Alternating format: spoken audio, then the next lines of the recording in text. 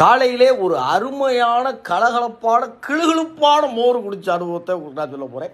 வழக்கம் போல் வண்டியில் தம்பியை தூக்கி உட்கார வச்சுக்கிட்டு அப்படி கேஷுவலாக ஏரியாவுக்குள்ளே போயிட்டு இருந்தா கல்யாண வீட்டு கேட்டரிங் சென்டர் மாதிரி பல வகைகளை வச்சுக்கிட்டு பல பேர் நின்றுட்டாங்க. ஏடான்னு வண்டியை ஓரமாக போட்டு திரும்பி வந்து பார்த்தா ஒரு பெரிய பிரியாணி அண்டாவில் மோரை ஊற்றி கொத்தமல்லி கருகப்புல்லை மாங்காயெல்லாம் பொடி பொடியாக நறுக்கி போட்டு ஒரு கிளாஸில் கொலண்டு ஊற்றி கொடுத்தாங்க. ஏடே யாருன்னு என்னீங்கன்னா ஈர்தம்பி இதுக்கே என்ன அப்படி பூந்தி வாங்கினாங்க.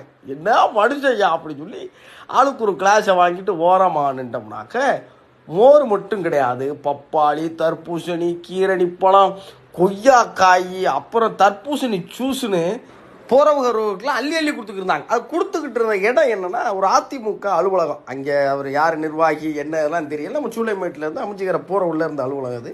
அதில் எனக்கு ரொம்ப பிடிச்சிருந்தது என்னன்னா அங்கே இந்தாங்கன்னு சொல்லி யாரும் கொடுக்கவும் இல்லை, எனக்கு இதை கொடுங்கன்னு யாரும் கேட்டு வாங்குற மாதிரி இல்லை. அவங்க எடுத்து வைக்கிறாங்க, வர்றவங்க ஹோட்டலில் எடுத்து போயிடுறாங்க. கொடுக்குறதுல இதுதான் ரொம்ப முக்கியம். அவ்வளவு ஏழை எளிய மக்கள், வயசானவங்க, ஸ்விக்கி சொமாட்டா போகிறவங்க, வெயிலில் போகிறவங்க எல்லாரும் அவங்களுக்கு வேணுங்கிறத வாங்கி கொண்டு போகிற பார்க்குறப்ப மனசு குளிர்ச்சியாக இருந்துச்சு.